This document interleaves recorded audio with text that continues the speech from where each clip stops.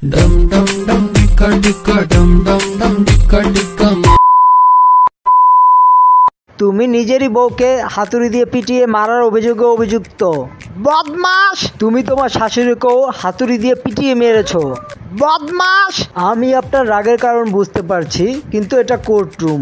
আরেকবার আপনি এরকম চিৎকার করলে আপনাকে বিচার বাধা দেওয়ার জন্য গ্রেফতার করা হবে। Order, order. রুকো যারা, সবার করো। আমি গত 15 বছর ধরে ওই বদমাসটার প্রতিবেশী। যতবারই আমি তার কাছে একটা হাতুড়ি ধার চাইতে গেছি, সে বলেছে তার কাছে হাতুড়ি নাই। বদমাস! এখন হাতুড়ি আসলো কোত্থেকে?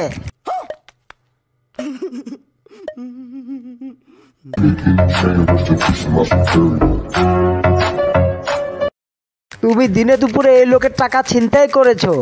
না হুজুর, আমি ছিনতাই করিনি, তিনি এমনি দিয়েছেন। এমনিতেই দিয়েছেন? জি হুজুর, আমার হাতে গুলি বড় পিস্তল দেখেই তিনি তার হাতের টাকাগুলো আমাকে এমনিতেই দিয়ে দিলেন। আপনি আপনার স্বামীর মাথায় চেয়ার দিয়ে আঘাত করেছেন কেন? কারণ টেবিলটাকে উঠাতে পারছিলাম না হুজুর, ওইটা অনেক ভারী ছিল, তাই হারামজাদার মাথায় চেয়ার দিয়ে বাড়ি দেই। আপনি বিয়ে করেছেন? জি হুজুর, করেছি। কাকে? একটা মেয়েকে। যত সব, তাও আবার বলতে হয়। কখনো কাউকে একটা ছেলেকে বিয়ে করতে দেখেছেন? জি হুজুর, দেখেছি, আমার বোন করেছে। कौन है ये लोग?